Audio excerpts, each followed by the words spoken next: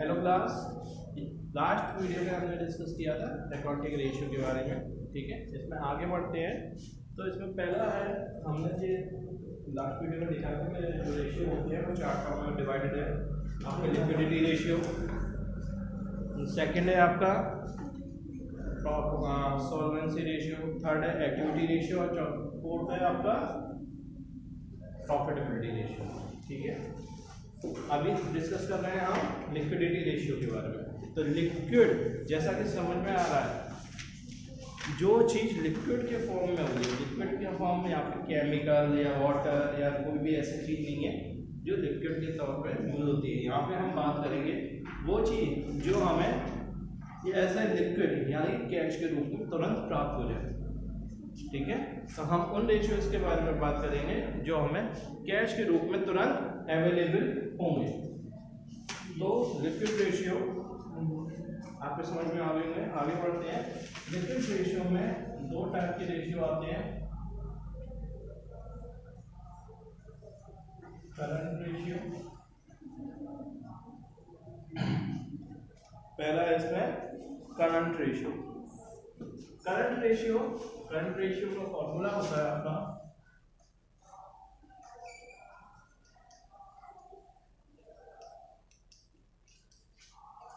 Current assets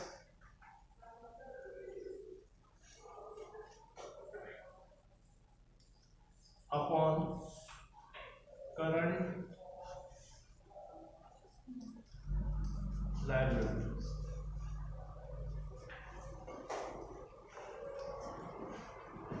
ठीक है, current assets upon current liability हमारा क्या कैलकुलेट किया होगा इससे करंट रेशियो में। अब हम ये देखेंगे करंट असेट्स में कौन कौन सी चीजें इंक्लूड की जाएगी।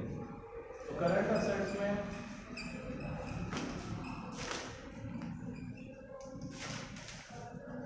जो चीजें इंक्लूड होंगी वो है आपके current investment,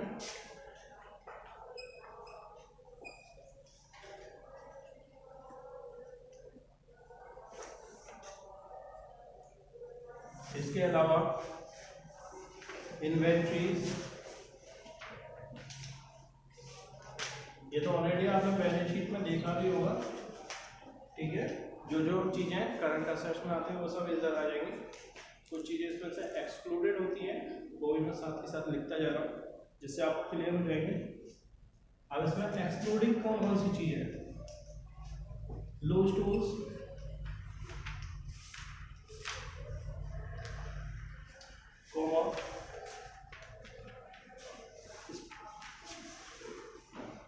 stores and spares. यानी कि जब इन्वेंट्री कैलकुलेट करेंगे, इन्वेंट्री को करंट रेशियो में ऐड करने के लिए हम कैलकुलेट करेंगे, तो उसमें से लूज टूल्स और स्टोर्स एंड स्पेयर्स को अलग कर देंगे। ये इंक्लूडेड नहीं होंगे हमारे करंट रेशियो को फाइंड आउट करने के लिए। क्यों नहीं होंगे कि यहाँ पे ही वेरीफाई कर देता हूँ। लूज टूल आपके बेचे नहीं जाएंगे, वो बेचे नहीं जाएंगे, बल्कि वो क्यों होते हैं? आपके पर्टिकुलर यूज के लिए होते हैं। हालांकि उनको इन्वेंट्री में रखते हैं, इन्वेंट्री को तुरंत निकाल सकते हैं, लेकिन वो लिक्विड के फॉर्म में नहीं होते। नेक्स्ट चीज है ट्रेड रिसीवेबल। ट्रेड रिसीवेबल क्या होते हैं? इसमें आपके आते हैं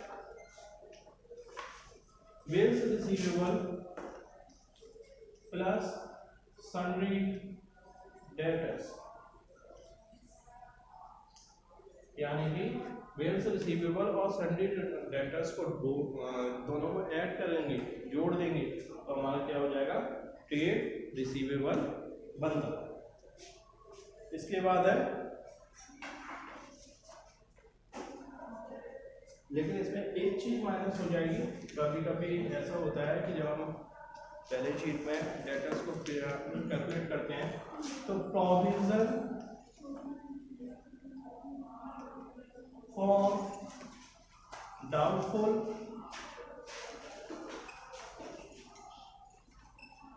डेब्ट्स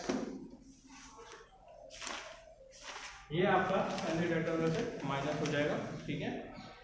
तभी एक्चुअल ट्रेड रिसीवेबल निकलेगी, यानी कि क्या होगा यहाँ पे सन्नी डेटर्स में से provision for doubtful debts minus कर देंगे और फिर बिल रिसीवेबल को जोड़ देंगे उस अमाउंट में, तो आपका क्या बन जाएगा, वो ट्रेड रिसीवेबल बन जाएगा। इसके बाद आपका cash and cash equivalent,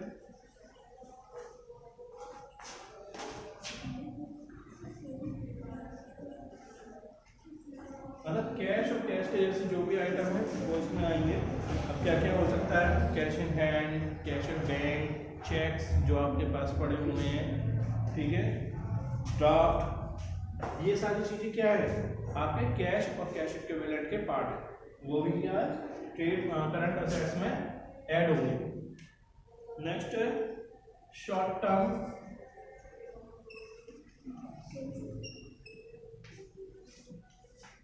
term loans and advances,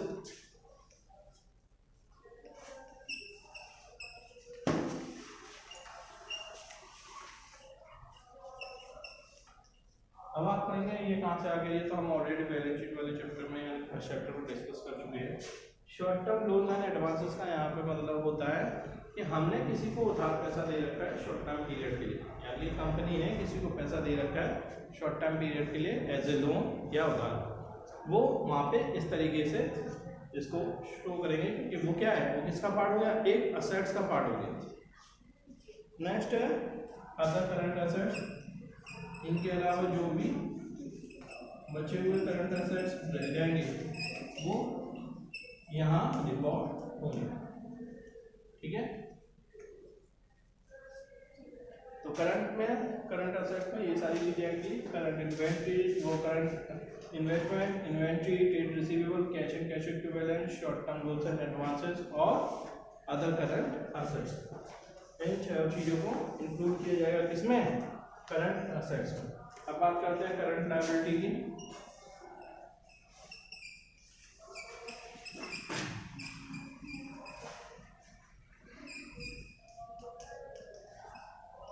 साथ के साथ नोट कर कौन कौन सी चीजें हैं जो करंट लायबिलिटी में आएंगी। तो इसमें आ गई आपकी short term borrowing,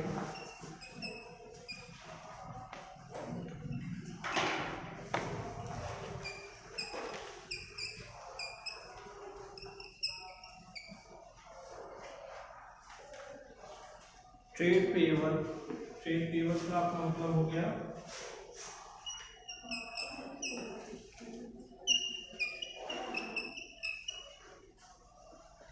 bills payable plus sundry creditors.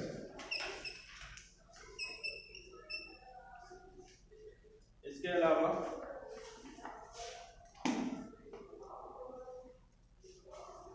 यहाँ पे शॉर्ट टर्म बोराइंग में जो आपके ओवरड्राफ्ट होगा वो भी यहाँ ऐड होगा। शॉर्ट टर्म बोराइंग में क्या ऐड होगा, यहाँ पे ओवरड्राफ्ट,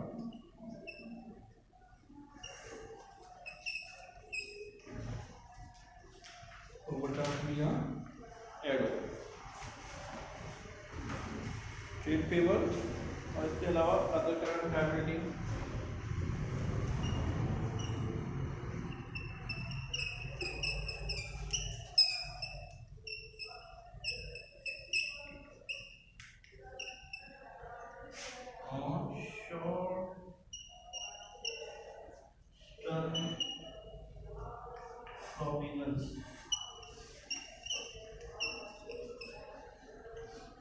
ये सब चीज़ें इसमें इंक्लूड होंगी। अदर करंट लायबिलिटी में आपके आ गए करंट लायबिलिटी, करंट मैच्योरिटी और लॉन्ग टर्म डेट, मतलब जो भी हमारे मैच्योर हो चुकी हैं उनको इस साल पेमेंट करना है तो वो इसमें आ जाएगी, ठीक है। Interest accrued on borrowing, income received in advance, outstanding expense, unclaimed dividend, calls in advance, वो सब किसके पार्ट है, अदर करंट लायबिलिटी। तो ये किसमें आएंगे, करंट लायबिलिटी में ही शो होंगे। शॉर्ट टर्म प्रोविजन में provision for tax, proposed dividend, provision for tax इसमें आ जाएगा, ठीक है। तो इस तरीके से आप कैलकुलेट करेंगे करंट रेशियो का जो फार्मूला है current assets upon current liability. Current assets में ये सारी चीजें आ जाएंगी और करंट लायबिलिटी में आपकी ये सभी चीजें आएंगी। इसका एक क्वेश्चन इलस्ट्रेशन देखेंगे अभी, ठीक है, जिससे आपको और अच्छे से समझ में आ जाएगा कि किस तरीके से इस फॉर्मूले को यूज करना है।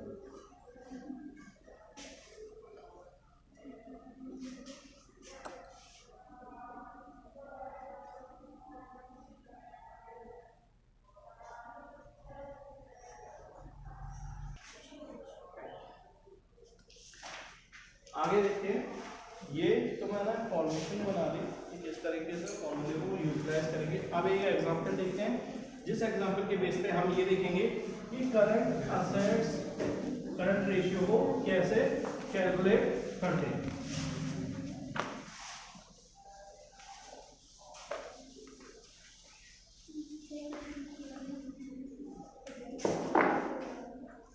अब देखो इसमें क्या है, क्वेश्चन एक ले लेते हैं, कोई भी एक एग्जांपल। एक क्वेश्चन दे रखा है, इसमें क्या रखा है कि नॉन करंट इन्वेस्टमेंट हमें दे रखा है 1 लाख रुपए, करंट इन्वेस्टमेंट दे रखा है 40,000 रुपए, inventory including loose tools 50,000, total दे रखा है 2,80,000 रुपए। ट्रेड रिसीवेबल्स दे रखे हैं हमारे salary debtors 1,60,000, bills receivable 20,000, trade payable में salary creditor 1,20,000, bills payable 10,000, long term borrowing 2 lakh, short term borrowing 50,000, short term provision for tax को जोड़ते हुए ये आपके 20,000 दे रखे हैं। कैश एंड बैंक बैलेंस आपके 30,000 रुपये दे रखे हैं, ठीक है। तो जैसा कि हमारा करंट असेट्स कैलकुलेट कर लेते हैं पहले। तो करंट असेट्स में आप ये आ जाएंगे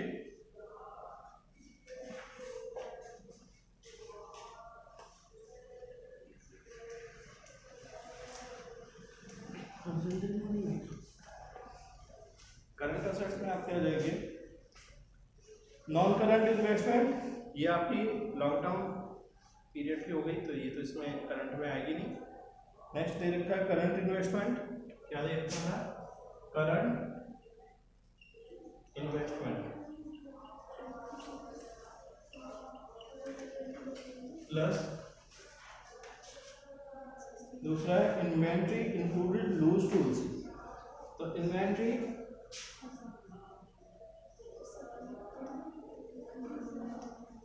इसमें लूज टूल्स ऑलरेडी एडेड है, तो हम क्या करेंगे इसमें से माइनस कर देंगे, एक्सक्लूड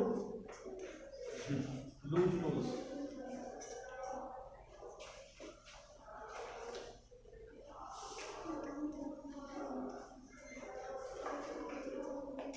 प्लस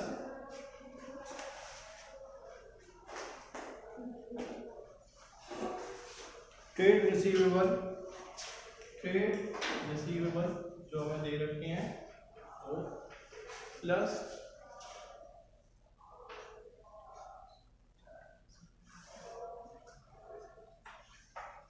इसके अलावा लॉन्ग टर्म बोरोइंग हमारा पार्ट नहीं है, शॉर्ट टर्म बोरोइंग हमारा पार्ट नहीं है असेट्स का, शॉर्ट टर्म प्रोविजन हमारा लायबिलिटी का पार्ट है। Cash and bank balance, cash and bank balance दे रखा है जी, कैश एंड कैश इक्विवेलेंट।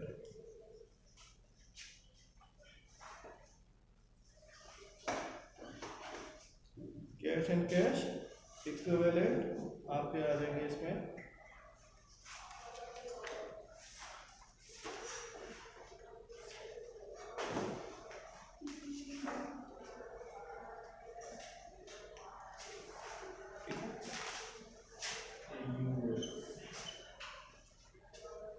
ठीक है। अब इसमें देख लो करंट असेट्स में क्या क्या चीजें आ गई आपकी। करंट इन्वेस्टमेंट दे रखा है आपका 40,000 रुपए का, आपकी इन्वेंट्री दे रखी है 2,80,000, यानी कि 2,80,000 में से हम लूज टूल्स माइनस कर देंगे 50,000 के, तो ये वैल्यू रह गई इसकी 2,80,000 30,000 प्लस हमारे पास ट्रेड रिसीवेबल में दो आइटम दे रखे हैं। क्या क्या दे रखा है? सन्ड्री डेटर्स और बिल रिसीवेबल। सन्ड्री डेटर्स दे रखे हैं आपके 1,60,000 प्लस 20,000, टोटल हो गया ये आपका 1,80,000 रुपये। इसके अलावा आपके कैश एंड कैश इक्विवेलेंट दे रखे हैं 30,000 रुपये। कितने के दे रखे हैं? 30,000। टोटल कर लीजिए इसका 2,30,000 और 70,000, 3,00,000, 4,80,000। टोटल हो गया आपका 4,80,000 रुपये। कितना हो गया? 4,80,000। अब करंट लायबिलिटी देख लीजिए।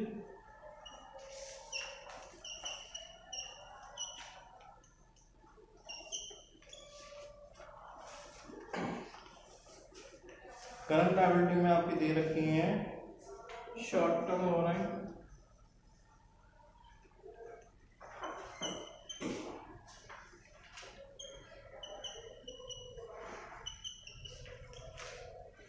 Plus short term provisions.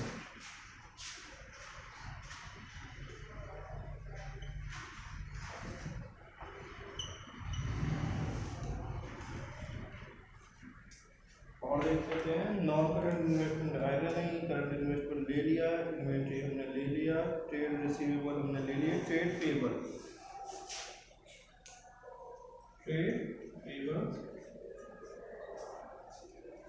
Long term borrowing आएगा नहीं, शॉर्ट टर्म बोरोइंग हमने ले लिए, शॉर्ट टर्म प्रोविजन हमने ले लिए, कैश एंड कैश इक्विवेलेंट आएगा। इनके अमाउंट देखो, शॉर्ट टर्म बोरोइंग दे रखी है हमें 50,000 रुपए की, शॉर्ट टर्म प्रोविजंस दे रखे हैं हमें 20,000 रुपए के, और ट्रेड पेबल दे रखी है हमें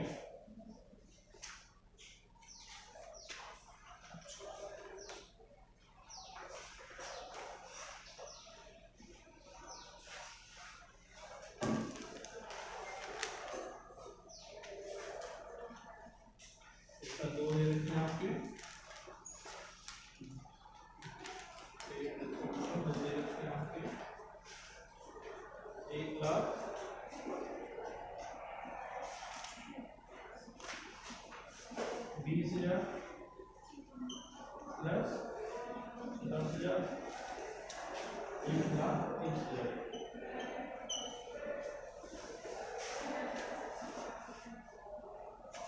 ठीक है, ये टोटल हो गया आपका, ये हो गया 2 लाख। ठीक है, ये टोटल हो गया आपका 2 लाख। अब हमने करंट असेट्स और करंट लायबिलिटी दोनों को कैलकुलेट कर दिया। अब हमारा सिर्फ एक काम रह गया है, हम इसको करंट रेशियो में पुट आउट कर देंगे। तो करंट रेशियो बराबर हो गया आपका current assets minus current liability equal to current assets हमारा दे रखा है 4,80,000 divided by current liability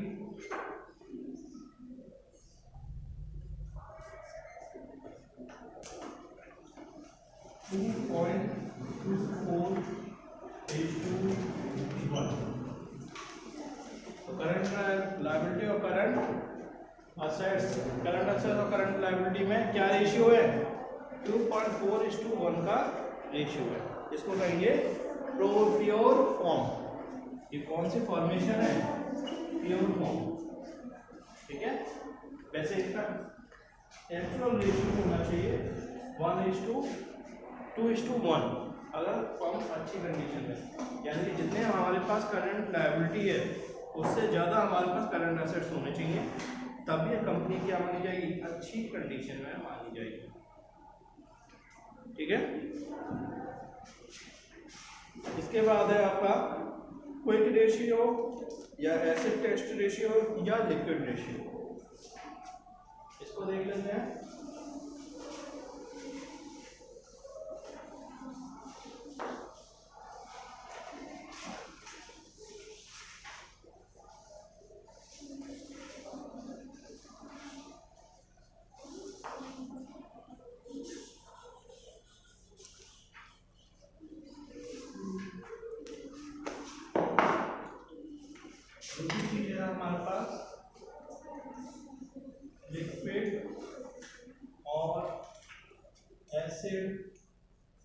text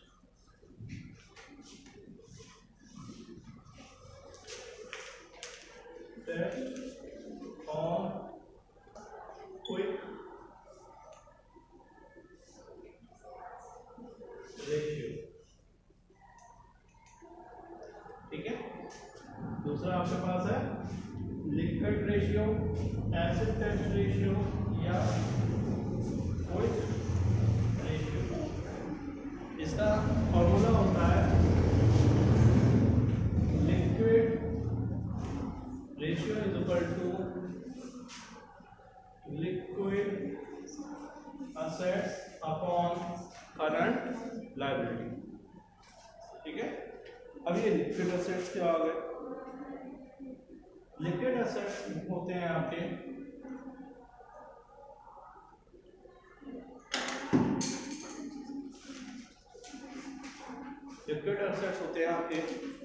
वो एसेट्स जो आपके लिक्विड फॉर्म में आपके पास है, लिक्विड फॉर्म में मतलब फिलहाल आपके पास में एज ए कैश है। तो ऐसे कौन कौन सी चीजें होती हैं जो एज ए कैश आपके पास होती है? पहली चीज है इसमें करंट इन्वेस्टमेंट, मतलब उसको आप बेच के तुरंत कैश प्राप्त कर सकते हो, plus trade receivable plus cash and cash equivalent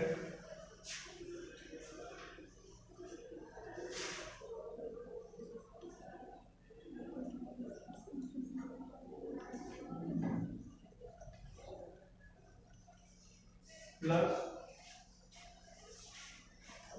short term loans and advances.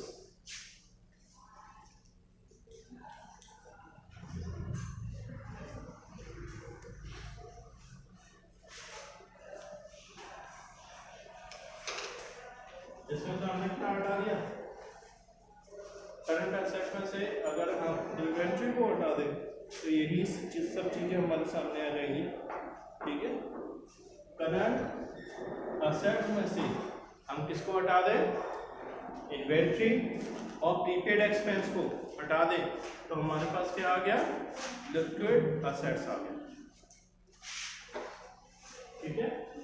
अब करंट लायबिलिटी के बारे में तो आप जानते ही, करंट लायबिलिटी के बारे में अभी हमने जब करंट रेशियो का निकाला था तो उसमें हमने कैलकुलेट किए थे करंट लायबिलिटी में कौन कौन सी चीज़ें आती है, सेम वही चीज़ें इसमें आएंगी। लिक्विड का दूसरा फॉर्मूला आप ये मान सकते हो कि लिक्विड एसेट में हम कैसे ट्रीट करेंगे दूसरी तरीके से, यानी कि अगर आप करंट एसेट दे रखा है तो उसमें से inventory minus prepaid expense,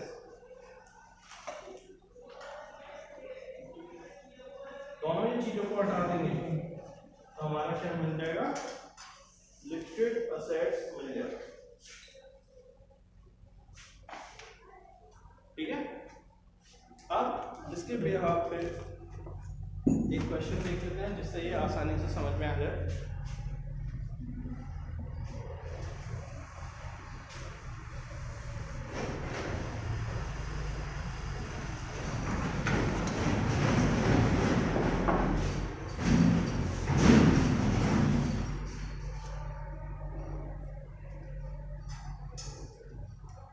question दे रखा है, क्वेश्चन के अकॉर्डिंग ट्रेड इन्वेस्टमेंट दे रखे हैं 2,50,000 के, मार्केटेबल सिक्योरिटी दे रखी है 40,000 रुपए की, tangible fixed assets 6 lakh, intangible assets 1 lakh, trade receivable 2 lakh minus provision 20,000 बराबर 1,80,000 हो गए आपके।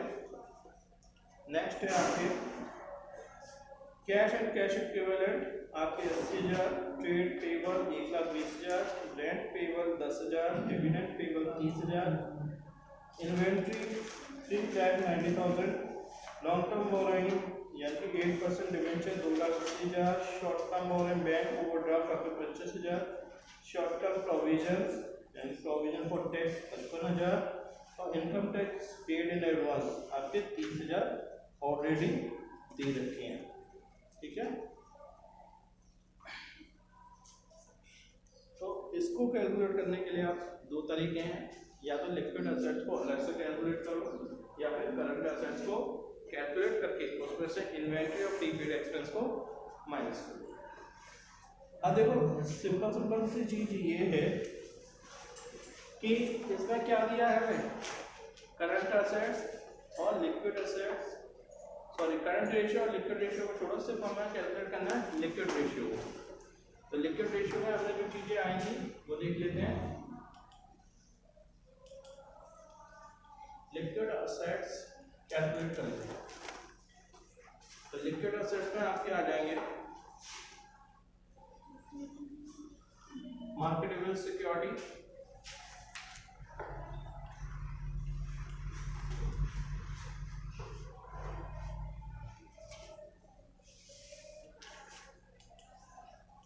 Plus trade receivable,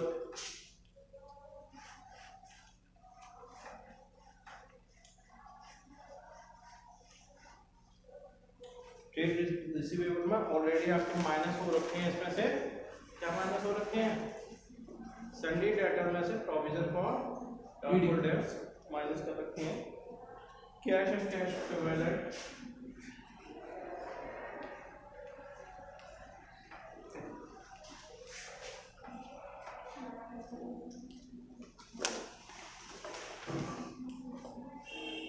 plus income tax paid in advance.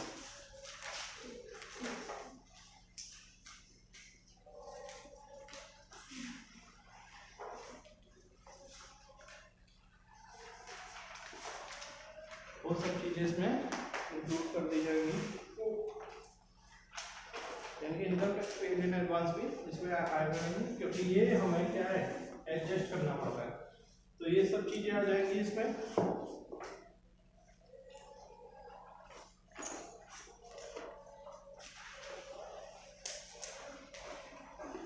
Marketable security दे रखी है आपकी 40,000 रुपये, प्लस ट्रेड रिसीवेबल दे रखे हैं आपके 1,80,000 रुपये,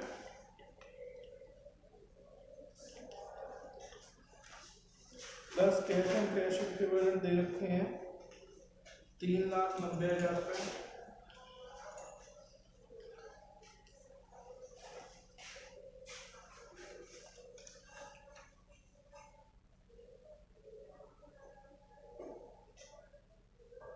कैश एंड कैश इक्विवेलेंट 80,000 रुपये,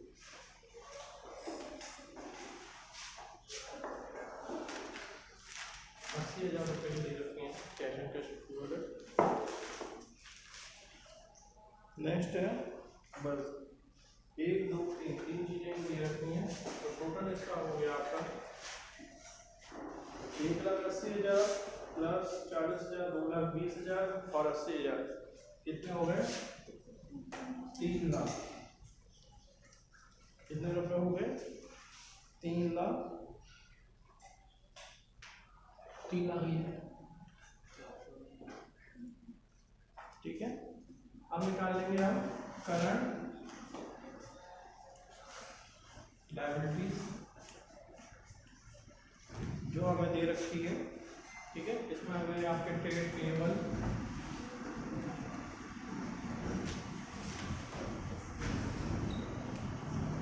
प्लस रेंट पेएबल,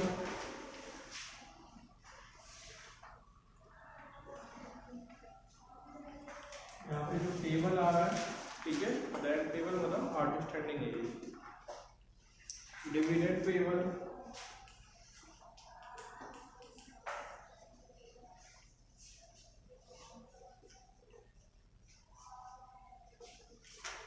प्लस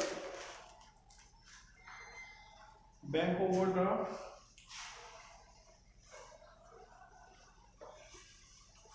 और short term provision.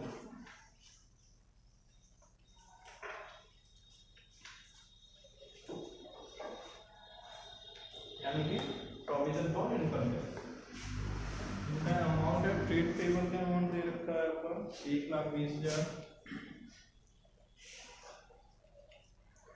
Rent payable दे रखा है आपका 10,000, डिविडेंड पेबल 30,000 रुपये, बैंक ओवरड्राफ्ट आपको दे रखा है 25,000,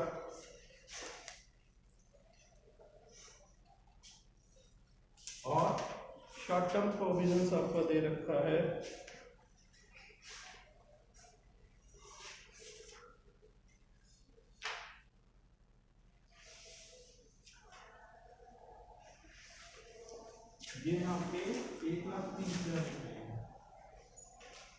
1,20,000 और 10,000, 1,20,000 रुपये हैं इसको।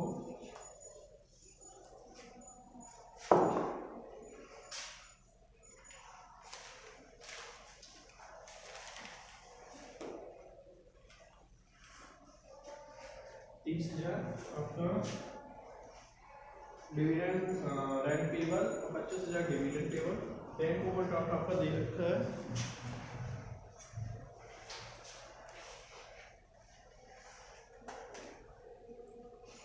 55,000 रुपये।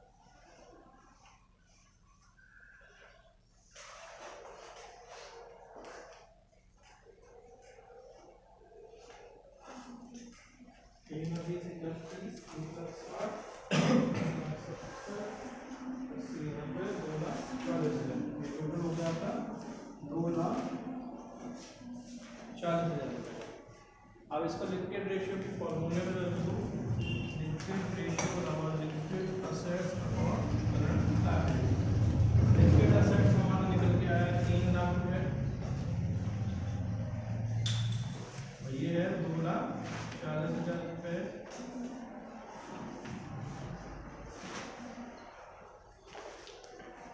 दो से काट दो 15, 3 से काट दो 3 से 15, 14, 4